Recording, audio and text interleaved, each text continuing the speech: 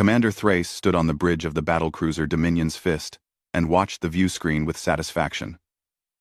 Another world lay before them, ripe for conquest. The Velen system shimmered in the distance, its inhabited planet a blue-green jewel orbiting a yellow star. Intelligence reports said the Velens were traders and artists, not warriors. They had some defensive satellites and a few patrol ships, but nothing that could stand against the might of the Crithian Empire. This would be conquest number 48.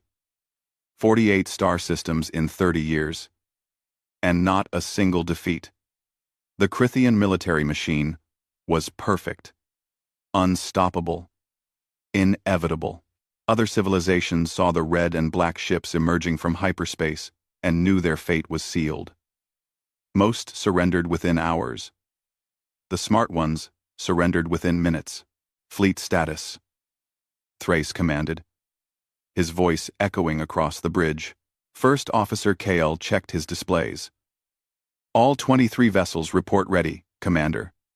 Shields at maximum. Weapons charged. The fleet awaits your order. Thrace allowed himself a small smile. 23 warships against a peaceful trading hub. It was more than enough. It was overwhelming. That was the Crithian way. They did not believe in fair fights. They believed in crushing superiority that broke the enemy's will before the first shot was fired. Take us in, Thrace ordered. Standard approach. We will give them one chance to surrender. The fleet moved forward as one. A wall of steel and fire. Each ship was twice the size of standard galactic vessels, armed with plasma cannons and missile batteries that could crack a moon. Their shields could withstand sustained bombardment from an entire planetary defense grid. In 30 years of conquest, only 3 Crithian ships had ever been destroyed, and those losses came from accidents, not enemy action. Kale's console beeped. He frowned at the display. Commander, we have a contact. Single vessel, directly in our approach vector. Size? Thrace asked. Frigate class, approximately. It is holding position between our fleet and the planet. Thrace felt a flicker of curiosity. One ship? Some brave fool had decided to make a stand. How pointless. How tragic. Identification? Identification. Identification. Kale worked his console, pulling data from their databases. His frown deepened. Unknown configuration, Commander. The hull design does not match any known species in our records. Wait. He tapped more controls. I am picking up a transponder signal. It identifies itself as a human vessel. UHSN. Indomitable. Human? Thrace tested the word. It felt strange on his tongue. I have never heard of them. Nor have I, Commander. There is no entry for humans in our conquest records or our intelligence files. That was unusual. The Crithian Empire kept detailed records of every spacefaring species in this region of the galaxy. If the humans were not in the database, they must be new to space travel. Primitives, perhaps, who had just recently developed hyperspace capability and thought themselves powerful. Scan their vessel, Thrace ordered. Let us see what these humans have brought to die with. The Dominion's Fist's sensors washed over the human warship. Data flowed across Kale's screens. He studied it for a moment, then shook his head. Strange readings. Commander. Their hull is reinforced with some kind of composite armor. Dense. Very dense. Their power output is significant. Higher than expected for a vessel that size. Shields? Active and stable. I cannot determine their strength. Without firing on them, Thrace studied the image on the view screen. The human ship was smaller than his destroyers but larger than a typical frigate. Its design was angular, almost brutal, in its simplicity. No decorative elements, no aesthetic considerations. It looked like it was built for one purpose only: war. Open a channel, Thrace commanded. All frequencies. A moment later, KL nodded. Channel open, Commander. Thrace straightened in his command chair. Attention, human vessel. You are in the path of the Crithian Imperial Fleet. We claim this system by right of conquest. You have one opportunity to withdraw. If you remain, you will be destroyed. You have 5 minutes to decide. The bridge fell silent. Thrace counted the seconds. Most species begged for mercy at this point. Some tried to negotiate. A few rare ones stayed silent and ran. But none had ever refused. The calm crackled to life. A voice came through, calm and steady. It spoke in flawless galactic standard, the trade language understood across known space. This is Captain Min Jun Park of the United Human Space Navy vessel, Indomitable. The Velen people have requested our protection under the Terra Defense Accord. We will not withdraw. You will not harm these people. Turn back now, and no blood needs to be shed today. The bridge crew exchanged glances. Several officers laughed. Sub-Commander Raya, Thrace's second in command, shook her head in disbelief. Did that primitive just give us an order? Thrace felt a cold amusement settle over him. Courage was admirable. But stupidity was something else entirely. Captain Park, you face 23 warships with a single frigate. You cannot possibly believe you can stop us. I know exactly what I face, Commander Thrace, the human replied. His voice remained calm, as if discussing the weather rather than his imminent death. And I know what you face. One last time. Turn back. The Velens are under our protection. How do you know my name? Thrace demanded. We have been monitoring your communications since you entered the system. Your encryption is adequate, but not exceptional. That sent a ripple of concern through the bridge crew. Kale checked his console quickly. Commander, our communications security protocols show no breach. Then this human is lying, Rhea said. Perhaps, Thrace agreed. Or perhaps they are more capable than we assumed. He reopened the channel. Captain Park, you have courage. I respect that. But courage without wisdom is just suicide. I will give you one final chance. Withdraw now, and you may leave this system alive. There was a pause. Then the human spoke again, and this time there was something hard in his voice, something that made Thrace sit up straighter. Commander Thrace, I am going to say this once more, and I want you to understand me completely. I did not come here to negotiate. I did not come here to retreat. I came here to stop you. You will not pass. You will not harm the Velens. If you want to reach that planet, you will have to go through me. And I promise you, Commander, that will cost you more than you are willing to pay. Silence filled the bridge. Thrace felt something he had not experienced in years. Genuine surprise. This human was not posturing. He was not bluffing. He truly meant to fight. Well, Thrace said softly. Raya leaned forward. Orders, Commander? Thrace studied the human ship on the view screen. One vessel against 23. The outcome was inevitable. But something about the human captain's certainty bothered him. No one faced those odds without fear, unless they knew something their enemy did not. Weapons, Thrace ordered. Target the human vessel. Fire. The Dominion's fist shuddered as its plasma cannons unleashed their fury. Bolts of superheated energy crossed the void, each one powerful enough to vaporize a city. They struck the Indomitable dead center, and the human ship's shields held. Kale stared at his console, his eyes wide. Commander, their shields absorbed the full impact. Power drain minimal. Less than 8%. Thrace felt his jaw tighten.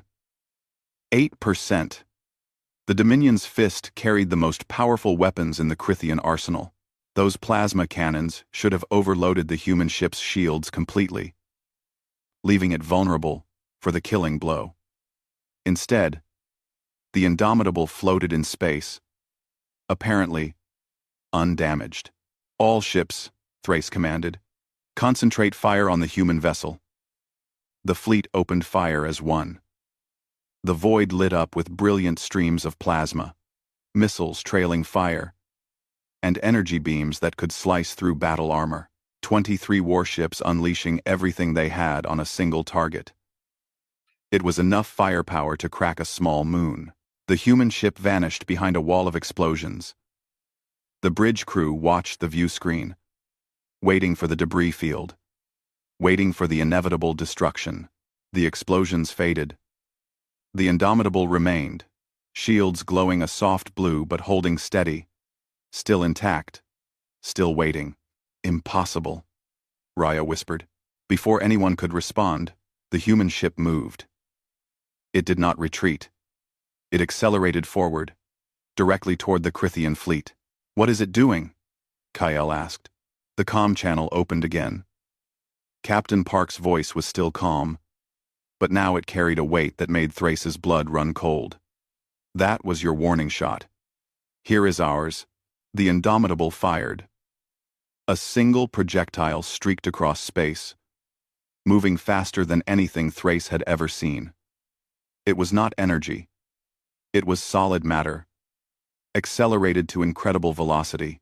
The round struck the destroyer Pride of Krithia amidships. The ship's shields flared, held for half a second, then collapsed like paper. The projectile punched through the armor plating, through the interior compartments, and out the other side. Atmosphere vented into space. The destroyer listed to one side, powerless, crippled in a single shot. "Report!" Thrace shouted. Kale's hands flew over his console. "The Pride is heavily damaged, Commander. Their main reactor is offline. Hull breaches on 7 decks. They are requesting immediate assistance." "What kind of weapon was that?" Raya demanded.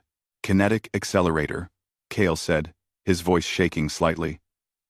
"A railgun, I think. But the velocity. Commander, nothing should be able to accelerate matter that fast. The energy requirements alone. Can our shields stop it?" Thrace interrupted. Kale hesitated. "I do not know, Commander. Our shields are designed to dissipate energy weapons. Against solid projectiles at that velocity, I cannot say for certain." Thrace watched the human ship. It was still advancing, moving into the heart of his fleet formation. What kind of captain charged into 23 enemy vessels? What kind of species built ships that could withstand concentrated fire and then strike back with such precision? "All ships, attack formation Delta," Thrace ordered. "Surround that vessel. Concentrate all fire. If we cannot break its shields, we will drain them through sustained bombardment." The fleet moved to comply. Warships broke from their formation, spreading out to encircle the human vessel. It was a standard Crithian tactic, one they had used dozens of times. Surround the enemy, attack from all sides, overwhelm them with sheer volume of fire. The Indomitable did not wait to be surrounded. It dove beneath the Crithian formation, rolling through space with an agility that should have been impossible for a ship its size. As it moved, its weapons fired. Not the massive railgun, but smaller point defense systems. Bright streams of projectiles filled space, intercepting every missile the Crithians launched. Not some missiles. All of them. Every single one was destroyed before it could reach its target. "Their targeting systems?" Kale said, awe creeping into his voice. "Commander, their accuracy is beyond anything in our database. They are tracking and destroying missiles that are designed to evade point defense." A Crithian cruiser, the Sword of Victory, moved to intercept the human ship. Its captain was brave.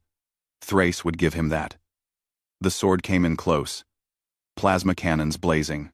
The human vessel's shields flared but held. Then the Indomitable rotated and fired. Not the railgun. Energy weapons this time. Bright blue beams that sliced through space with surgical precision. The beams cut through the sword's shields like they were not even there. They carved into the cruiser's hull, targeting specific points. The engine section exploded. The weapons arrays went dark. In 3 seconds, the Sword of Victory became a drifting wreck. 2 ships down, Raya reported, her voice tight. "Commander, we need to reassess."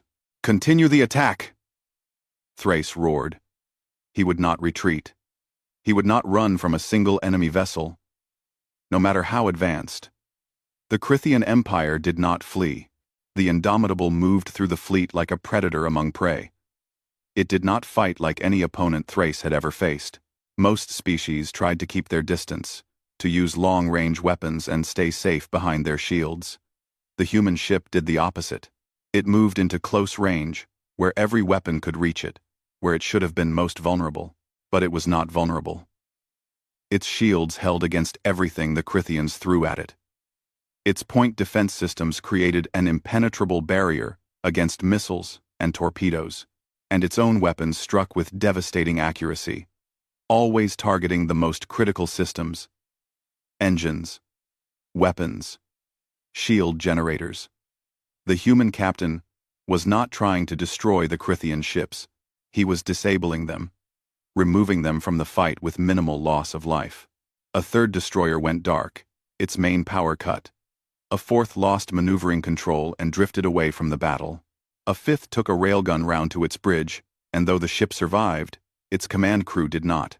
"Commander," Kale said urgently, "we have lost contact with 5 vessels. 8 more are reporting significant damage. The fleet is falling apart."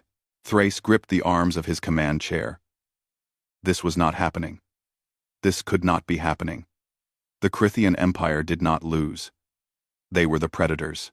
They were the ones who struck fear into lesser species. They were not the ones who died, while an enemy remained untouched. "How?" he demanded. "How is one ship doing this?" Raya studied her tactical display. "It is not just their technology, Commander. Their crew, the way they coordinate, the way they respond. Every decision they make is the right one. Every shot they fire hits its target. They are not making any mistakes." "Everyone makes mistakes," Thrace said. "Then they have not made theirs yet," Raya replied. The Indomitable completed another pass through the fleet. A 6th ship fell behind, trailing atmosphere. The human vessel's shields were lower now, down to perhaps 60%. But it showed no signs of stopping, no signs of retreating. It just kept coming, kept fighting, kept taking apart Thrace's fleet, piece by piece. "Commander," Kale said quietly, "we need to consider our options. If this continues—" "Cease fire," Thrace commanded suddenly. "All ships, cease fire." The bombardment stopped. The Indomitable also stopped firing. It held position, still, between the Crythian fleet and the planet. Still waiting. Thrace opened a channel. "Captain Park, I wish to speak with you. Directly." There was a pause. Then the human voice returned. "I am listening, Commander Thrace." "What are you?" Thrace asked. The question came out before he could stop it, before pride could hold it back. "What kind of species builds ships like this? Fights like this?" The human captain was quiet for a moment. When he spoke, his voice was thoughtful. "We are humans, Commander. We come from a planet called Earth, and we fight like this because we choose to protect others. That is all you need to know." "You have proven your point," Thrace said, hating the words but forcing them out. "You have bested my fleet. But you are one ship. Even if you destroy every vessel here, the Crythian Empire spans 47 star systems. We will return, with more ships. Hundreds of ships. What will you do then?" "You are right," Captain Park said. "One ship cannot defeat your entire empire. But I do not need to. I just need to hold this position until my reinforcements arrive." Thrace felt ice form in his chest. "Reinforcements? Check your sensors, Commander." Kale worked frantically at his console. His face went pale. "Commander, 3 more human vessels just entered the system, destroyer class, and long-range sensors show 15 more ships on approach. They will arrive within the hour. 19 human warships. If one could do this much damage, what could 19 do?" Captain Park's voice came through the comm one more time. "The Velans asked for our help, Commander. We do not abandon people who trust us." Thrace ordered his fleet to pull back to a safe distance. They maintained weapons lock on the human ships, but no one fired. The situation had changed completely. This was no longer a simple conquest. This was something the Crithian Empire had never faced before. A military force that could actually match them. He sat in his command chair and thought. His pride screamed at him to continue fighting, to die with honor, rather than retreat. But his duty was to his crew, to his empire. Throwing away lives for nothing was not honor. It was stupidity. Open a secure channel to Captain Park, Thrace said. Private communication only. Kale set it up. A moment later, Captain Park's face appeared on Thrace's personal view screen. The human looked younger than Thrace expected, perhaps in his late 30s by human standards. His eyes were dark and sharp, and he wore a neat blue uniform with simple insignia. He did not look like a warrior who had just crippled a Crithian fleet. He looked like an ordinary person doing an ordinary job. Commander Thrace, Park said, nodding slightly. Thank you for agreeing to talk. You have earned that much, Thrace admitted. Your ship and your crew fight with exceptional skill. I have never seen anything like it. High praise from someone who has conquered 47 star systems, Park replied. There was no mockery in his voice, just a simple statement of fact. Yes, Thrace said. 47 systems in 30 years. We have never been defeated. Never retreated. Until today. The admission tasted bitter. But Thrace forced himself to continue. I need to understand what I am facing. You mentioned Earth. Tell me about your world. Park leaned back slightly. Earth is what the galactic scientific community classifies as a Class 12 death world. We did not know that classification existed until we achieved spaceflight 80 years ago. When we met other species and learned about their homeworlds, we realized ours was unusual. Class 12? Thrace frowned. What does that mean? It means Earth is one of the most hostile environments in known space that still produces intelligent life, Park explained. Our gravity is 1.8 times galactic standard. Our atmosphere has high oxygen content, which supports larger and more aggressive organisms. We have extreme weather patterns. Hurricanes that can level cities. Tornadoes that tear apart everything in their path. Droughts and floods that reshape continents. Thrace listened, trying to imagine such a world. His own homeworld, Crythia Prime, was a paradise by comparison. Gentle weather, moderate gravity, few dangerous predators. The Crithian species had evolved in comfort, their main challenges coming from each other, not their environment. Our planet has earthquakes, volcanoes, tsunamis, Park continued. Regions that freeze solid for half the year, and deserts where the temperature reaches levels that would kill most species in minutes. We have insects that carry deadly diseases, plants that are poisonous to touch, predators that hunt in packs and never give up. And yet you survived, Thrace said. We did more than survive. We adapted. We evolved. Park's expression was neutral, but his words carried weight. Humans are persistence hunters. Commander, do you know what that means? Thrace shook his head. It means our ancestors hunted prey not by being faster or stronger, but by never stopping. We would chase an animal for hours, sometimes days, until it collapsed from exhaustion. We have exceptional endurance. We can regulate our body temperature through sweating, which lets us run in heat that would kill other predators. We can survive injuries that would be fatal to most species and keep fighting. Thrace felt something cold settle in his stomach. Your entire species evolved for war. No, Park said firmly. We evolved for survival. War is something we learned later, from each other. But yes, our evolutionary traits make us effective soldiers. High endurance, strong pain tolerance, ability to function under extreme stress, pattern recognition that lets us learn enemy tactics quickly. And most importantly, we developed pack bonding. We form intense, loyal attachments to our groups, our tribes, our nations. We will die for each other, without hesitation. That explains your crew's coordination, Thrace said. They fight as one unit. They do. Park agreed. And they fight with the understanding that retreat is not an option when lives depend on us. The Velans asked for our protection. We gave them our word. To humans, a promise like that is sacred. Thrace studied the human captain. Your world made you into warriors. But the Crithian Empire has numbers. We have 47 star systems. Thousands of ships. Millions of soldiers. You said yourself that one ship, even 19 ships, cannot defeat an empire. That is correct, Park said calmly. So what happens now? Thrace demanded. You hold this system. We retreat. Then what? We both know this is not over. The Crithian Sovereign Council will not accept this defeat. They will send more ships.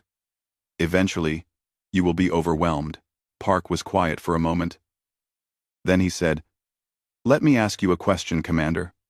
Why does the Crithian Empire conquer? The question caught Thrace off guard. We conquer.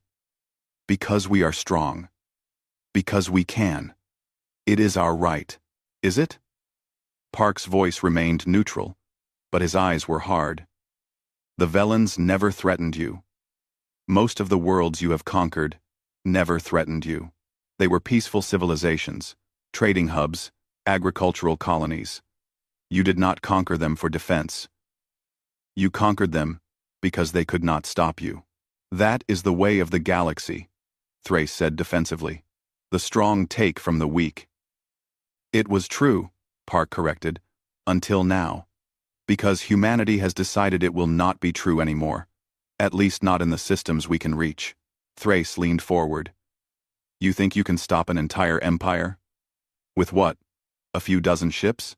Today we have 19 ships in this system, Park said. But humanity has been building our fleet for 80 years. We have 247 warships currently in service. Another 112 under construction. We are not a large navy by galactic standards, but every one of our ships is built to the same standard as the Indomitable. And every one of our captains has trained their entire adult life for combat. 247 ships like the Indomitable. Thrace tried to calculate the mathematics of that, tried to estimate how many Crithian vessels would be needed to overcome such a force. The numbers were not good. We have also made defensive pacts with 19 other star systems. Park continued.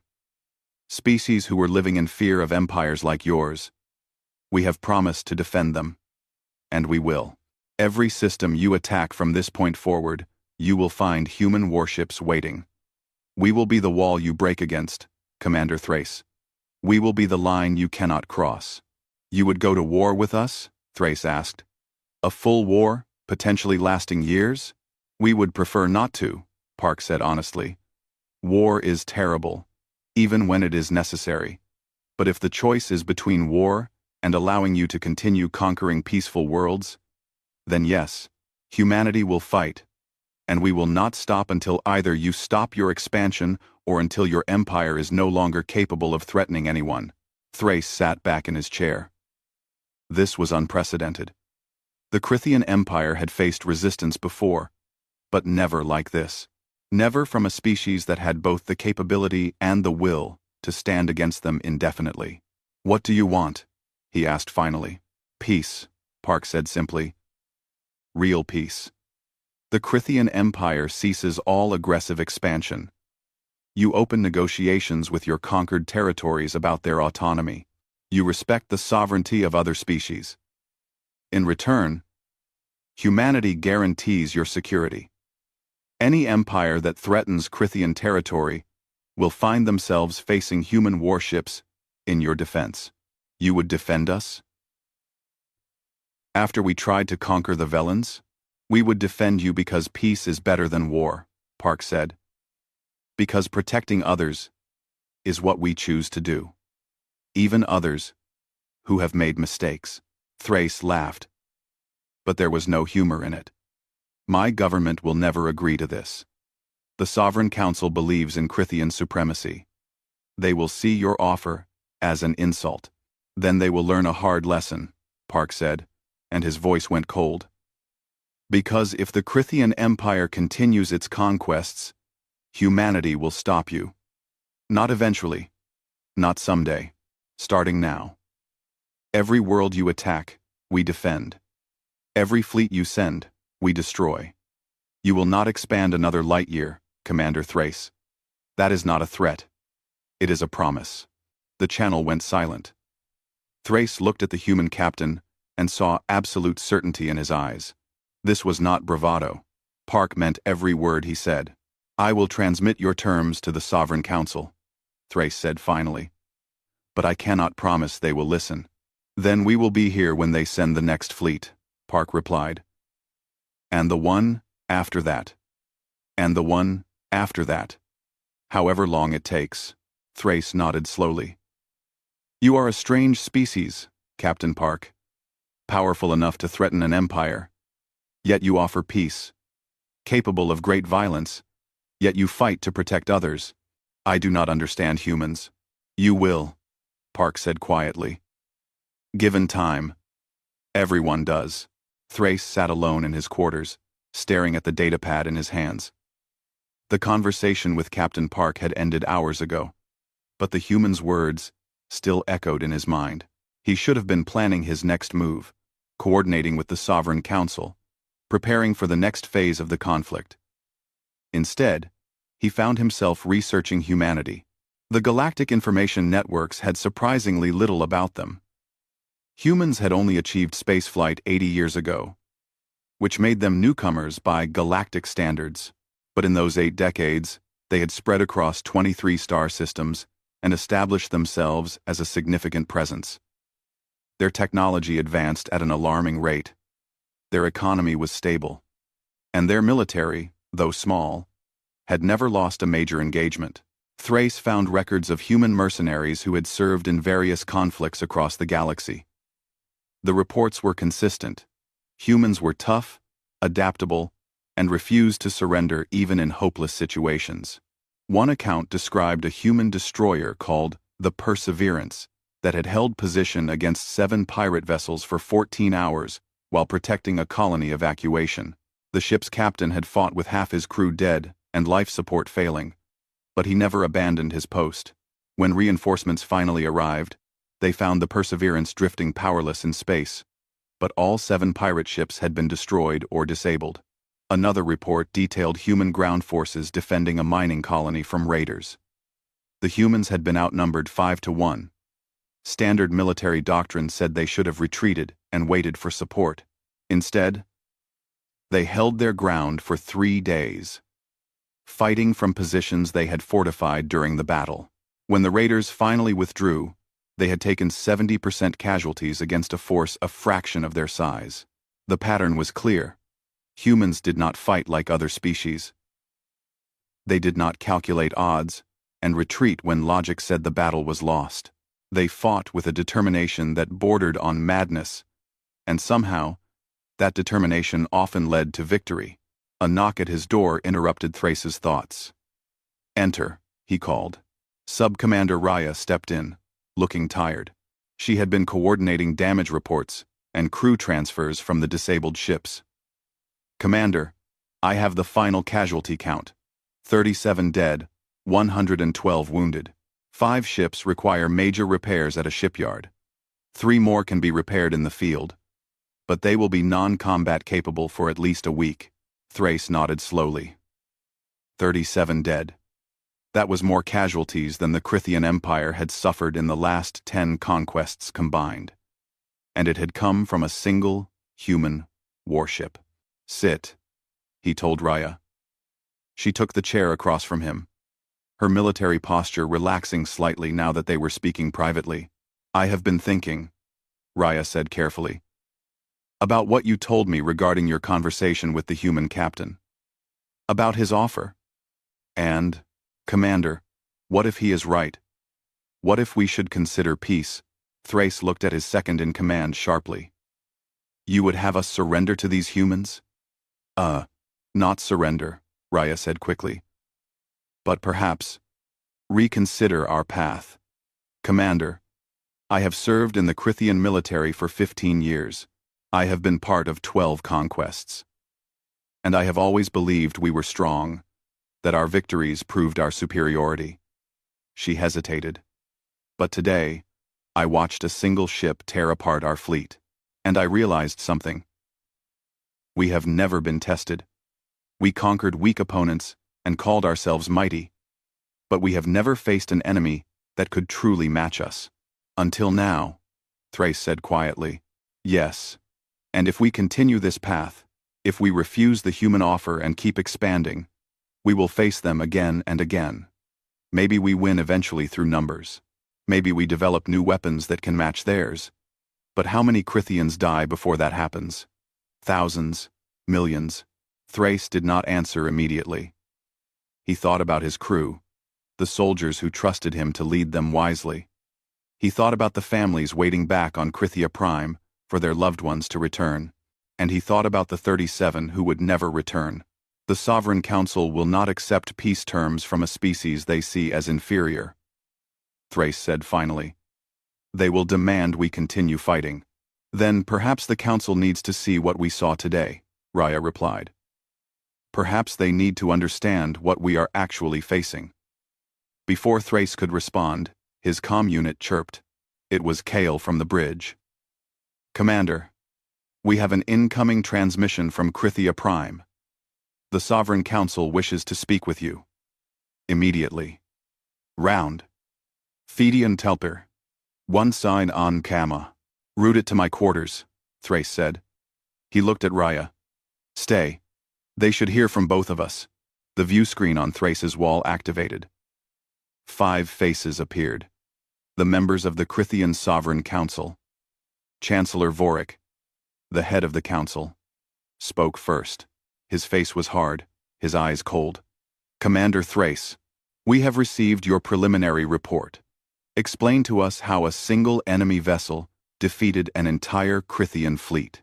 It did not defeat us, Chancellor, Thrace said carefully. But it did force us to reconsider our approach. The human warship, we do not care about the details of your failure, Vorik interrupted. We care about results. You were sent to conquer the Velen system. You have not done so. This is unacceptable. Thrace felt his jaw tighten, but he kept his voice level. Chancellor, with respect, the situation has changed. The humans are not a weak species we can easily conquer. They have advanced technology, skilled crews, and most importantly, the will to stand against us indefinitely. If we continue to pursue aggressive expansion into their sphere of influence, we will face a war we may not win. Are you suggesting the Krithian Empire should fear these humans? Another council member demanded. I am suggesting we should respect them, Thrace replied. There is a difference. The human captain has offered peace terms. They will guarantee our security if we cease our conquests and— Enough! Vorik's voice cracked like a whip. The Krithian Empire does not negotiate with inferiors. We do not accept terms from species who dare to stand in our path. You will return to Krithia Prime immediately. We will send another fleet, a larger one, and a commander who understands that retreat is not an option. Chancellor, that would be a mistake, Raya interjected. I witnessed the battle firsthand. Sending more ships against an enemy we do not fully understand is— You are dismissed, Sub-Commander, Vorik said coldly. This discussion is for command-level officers only. Raya's face flushed with anger, but she remained silent. Thrace felt his own frustration building. The council was making decisions based on pride, not tactical reality. Chancellor Vorik, Thrace said, keeping his voice calm through sheer force of will. I have commanded Krithian forces for 20 years. I have led successful campaigns across a dozen systems. I am telling you, as an experienced military officer, that the humans represent a genuine threat. If we ignore that threat, many Krithians will die. Then they will die with honor. Vorik replied. Better that than live with the shame of retreat. Commander Thrace, you have 48 hours to return to Krithia Prime. You will be reassigned. The Velen conquest will be completed by someone with more determination. The transmission ended. Thrace stared at the blank screen, his mind racing. They are going to get thousands of people killed, Raya said quietly. All because they cannot admit. We might have made a mistake. Thrace stood and walked to the viewport. Outside, he could see the human warships holding position around the Velen planet. 19 vessels, each one as capable as the Indomitable. And more coming, Captain Park had said. Hundreds more. KL, Thrace said into his comm unit. Secure channel to the human flagship. Tell Captain Park. I need to speak with him again. Privately. A few minutes later, Park's face appeared on Thrace's screen. The human captain looked curious, but wary. Commander, I thought your government would need time to consider our offer. They have considered it. Thrace said. They rejected it. The Sovereign Council is sending another fleet. A larger one. They intend to overwhelm your forces through sheer numbers. Park's expression did not change. I see. Then we will meet them when they arrive. More people will die, Thrace said. Crithians and humans both. That is for your government to decide, Commander. No. Thrace said firmly. It is for me to decide. I am the one who gives the orders that send my people into battle. I am the one who writes letters to their families when they do not come home. And I will not do that again for a war that serves no purpose except satisfying the Council's ego. Park studied him carefully. What are you saying, Commander Thrace? Thrace took a deep breath. What he was about to do would be considered treason by the Crithian Empire. He would be dishonored, possibly executed. But he thought about his crew. He thought about all the soldiers who would die in a pointless war. And he made his choice. I am saying that I will not lead my fleet against you again, Thrace said. I will return to Krithia Prime as ordered. I will report to the Council. And I will tell them, officially and publicly, that any further attacks on human-protected systems will result in catastrophic casualties. I will make it clear that this war cannot be won through simple force. They will relieve you of command, Park said. Probably. But maybe, just maybe, some members of the Council will listen. And even if they do not, I will have done what I could to prevent unnecessary death. Park was quiet for a moment. Then he nodded slowly. You are a good officer, Commander Thrace. Your empire is fortunate to have you. I hope they see it that way, Thrace said with a bitter smile. If they do not, I may be looking for a new career soon. Oh, 6 months had passed since the confrontation at the Velen system. Commander Thrace stood in the council chambers on Krithia Prime, watching Chancellor Vorik sign the document that would change the Crithian Empire forever. The old man's hand shook slightly as he wrote his name. And Thrace could not tell if it was from age or from anger. The document was called the Indomitable Accords, named after the human warship that had stopped the Crithian fleet. It was a peace treaty. Though Vorik refused to call it that, he called it a strategic realignment of imperial policy. The words were different, but the meaning was the same. The age of Crithian conquest had ended. The path to this moment had been difficult. When Thrace had returned to Krithia Prime and given his report to the full council, they had been furious. They stripped him of his command and placed him under house arrest for defying their orders. Then they sent a new fleet to the Velen system, commanded by Admiral Dross, a hardliner who believed in Crithian supremacy above all else. Dross had taken 40 ships and attacked the human defensive position. When it was over, 11 Crithian vessels were destroyed, 19 more were crippled, and Dross himself was dead. The humans lost 2 ships, damaged, and 0 crew deaths. They had fought with precision and control, disabling enemy vessels whenever possible, but defending themselves with lethal force when necessary. After that disaster, the Council had no choice but to listen.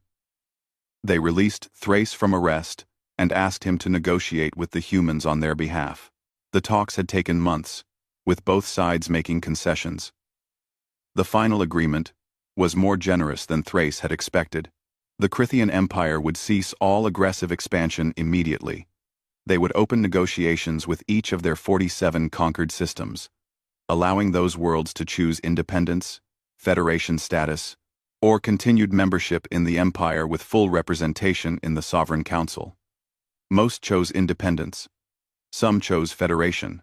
A few, surprisingly, chose to remain as full members, though now they had voices in government. In return, humanity guaranteed the security of Crithian space. Any external threat to the Empire would be met by human warships fighting alongside Crithian forces. The humans also provided access to some of their technology, particularly in defensive systems and medical science. And they offered trade agreements that would help the Crithian economy transition from conquest-based expansion to peaceful commerce. The most important part of the accords was simple. The Crithian Empire acknowledged the sovereignty of all spacefaring species and agreed to resolve disputes through negotiation rather than force. Vorik finished signing and set down the pen. He looked at Thrace with cold eyes. Satisfied? Commander? This was never about my satisfaction, Chancellor, Thrace replied. It was about the survival of our people. We could have fought them, Vorik said quietly. We could have built more ships, developed new weapons. We might have won, eventually. And how many would have died? Thrace asked. Thousands? Millions? For what? So we could continue conquering worlds that never wanted to be part of our empire? Vorik did not answer. He simply stood and walked out of the chamber, his shoulders bent under the weight of his pride's defeat. Sub-Commander Raya, who had been standing silently by the wall, approached Thrace. She had been promoted to commander after the council realized they needed officers who understood the new reality the Empire faced. The human delegation is waiting in the reception hall. Captain Park requested to speak with you privately, before the public ceremony. Then I should not keep him waiting, Thrace said. He found Park standing by a window in the reception hall, looking out at the Crithian capital city. The human captain wore his dress uniform, dark blue with simple silver insignia. He turned when Thrace entered, and offered a small smile. Commander Thrace. Congratulations on the treaty. Your people will benefit from peace. Will they? Thrace asked, unable to keep the bitterness from his voice. Half the council sees this as surrender. Many Crithians believe we have been humiliated. Give them time, Park said. People need time to adapt to change. In a few years, when they see the benefits of peace, when they trade with other species as equals rather than conquerors, they will understand. You sound very certain of that. I am, Park replied. Because we have seen it before. Humanity fought terrible wars against itself for thousands of years. We nearly destroyed our own world several times. But we learned eventually that peace is more valuable than victory. That cooperation is stronger than domination. Your people will learn the same lesson. Thrace moved to stand beside Park at the window. Can I ask you something? Of course. When you blocked our path at Velen, when you faced my entire fleet with a single ship, were you afraid? Park considered the question. Yes. I was terrified. My crew was terrified. We knew we might die that day. Then why did you do it? Thrace demanded. Why risk your life for strangers? The Velens were nothing to you. You owed them nothing. They asked for our help. Park said simply. That was enough. You see, Commander, humanity learned something important about ourselves over the centuries. We learned that we are capable of terrible cruelty when we fight each other. We can be violent, destructive, even monstrous. That capacity for violence is part of our nature, built into us by our harsh world. Then why not use it to conquer others, as we did? Thrace asked. Because we also learned that we have a choice. Our nature gives us the capacity for violence, but it also gives us the capacity for compassion, for empathy, for protecting those weaker than ourselves. We evolved as pack animals, as social creatures who succeed by working together. And we decided, as a species, that we would choose compassion over cruelty, that we would use our strength to protect others, rather than dominate them. Park turned to face Thrace directly. That is why we fought you at Velen. Not because we wanted to. Not because we hate the Crithian people. But because the Velens needed protection, and we had the power to provide it. Someone has to stand against aggression, Commander. Someone has to draw the line and say, no further. We decided it would be us. Thrace was quiet for a long moment. Then he said, I think I understand now. You are warriors, but you fight for others, not for yourselves. That makes you different from any species I have encountered. We fight for ourselves too, Park admitted. We have interests to protect, like any nation. But we try to balance those interests with a responsibility to help others when we can. It does not always work perfectly. We make mistakes, but we try. And if the Crithian Empire had refused your offer? Thrace asked. If we had continued to fight? Park's expression hardened. Then, we would have stopped you. However long it took. Whatever it cost. Because allowing you to continue conquering peaceful worlds was not an option we could accept. You would have fought until one of us was destroyed. If necessary, yes. But we are glad it did not come to that. Thrace looked out at the city again. The capital was beautiful in the evening light. Its towers gleaming. He thought about all the worlds his empire had conquered. All the people who had lived under Crithian rule without choosing it. And he thought about the future, where those people would be free to govern themselves. Thank you, Captain Park, he said quietly. For what? For stopping us. I could not see it at the time. But you did my people a service.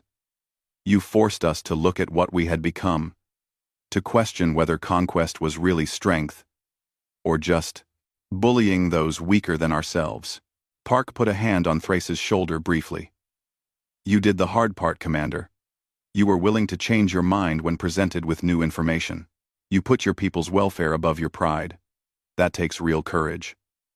The Crithian Empire is lucky to have officers like you. A chime sounded, indicating the public ceremony was about to begin. Park moved toward the door, then paused. One more thing, Commander. If you ever need anything, if the transition to peace proves difficult, contact me. Humanity remembers its friends. Even former enemies? Thrace asked with a slight smile. Especially former enemies, Park replied. They make the best friends, in our experience. They already know our capabilities, so there are no surprises later. The ceremony was brief.